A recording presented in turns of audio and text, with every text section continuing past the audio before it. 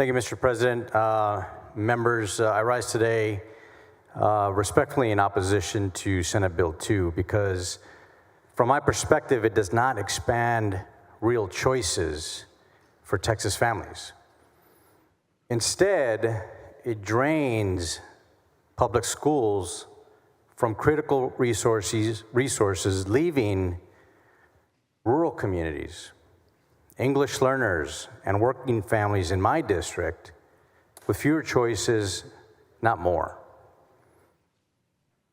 Many of us here, as I do, represent communities where the public school is the backbone of the community.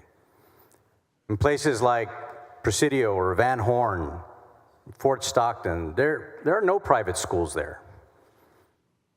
No way to transfer to a private school down the road in those towns.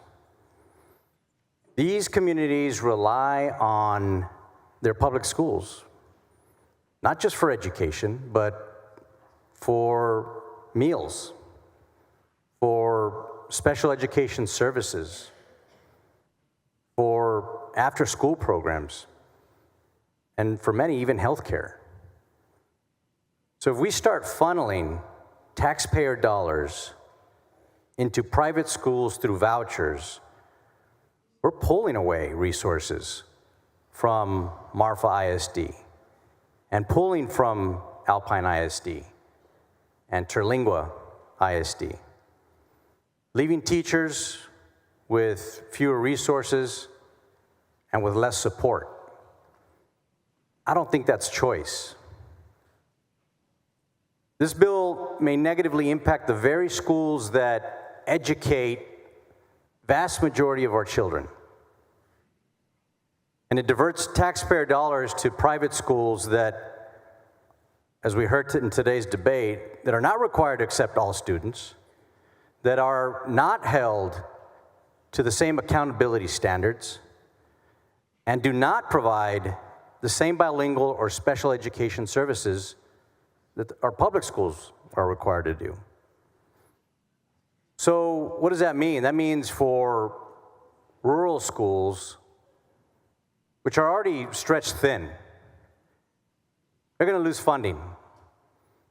We're forcing them to cut teachers. We're forcing increased class sizes. We're eliminating programs that give students a chance to compete. So members, Senate Bill 2 does not do enough to support Texas English language learners. I try to add that in one of our amendments. And one of three students in my district is an English language learner. And public schools serve them. Private schools do not serve them. They do not have to serve them. So from my perspective, it's not school choice. It's the school's choice, what we're doing here. Public schools are legally required to provide bilingual education and English language support. Private schools receiving vouchers funds will have no such requirement. So that means thousands of Texas children who are working hard every single day to try to learn English are going to be left behind without the support that they need. So this bill doesn't give those English learners more choices, it gives them fewer choices. It takes away the funding that public schools rely on to hire those bilingual teachers, to provide those specialty programs that they need, and to close those achievement gaps. If we believe in choice, well then let's make sure every child has a fair choice, a real choice, because those rural kids don't have that choice.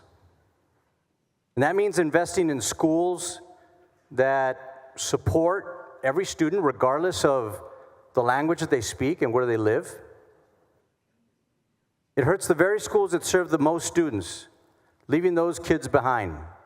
It sends taxpayer dollars to these private schools that are not accountable to Texas families. It fails English learners, it drains rural public schools, and it makes the problem in our education system worse, not better. So, colleagues, I know we all want a strong education system. I don't doubt that, but I am concerned about diverting these tax dollars to private schools that pick and choose their students. I don't think it's the way to get there. Stripping rural schools from resources, I don't think it's the way to get there.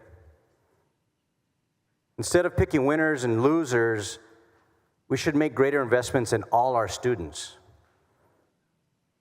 I think we should fully fund our schools. We've got the money. We should pay the teachers what they deserve. And we should ensure that every single child, whether they live in my district or in your districts, they have real opportunity to succeed. I think that's a promise of a public education system. It's in our Constitution. And I think it's what Texans believe in. So for my rural schools, my ELL students, and the public schools that shape me, I will respectfully be voting no on Senate Bill 2. Thank you, Mr. President.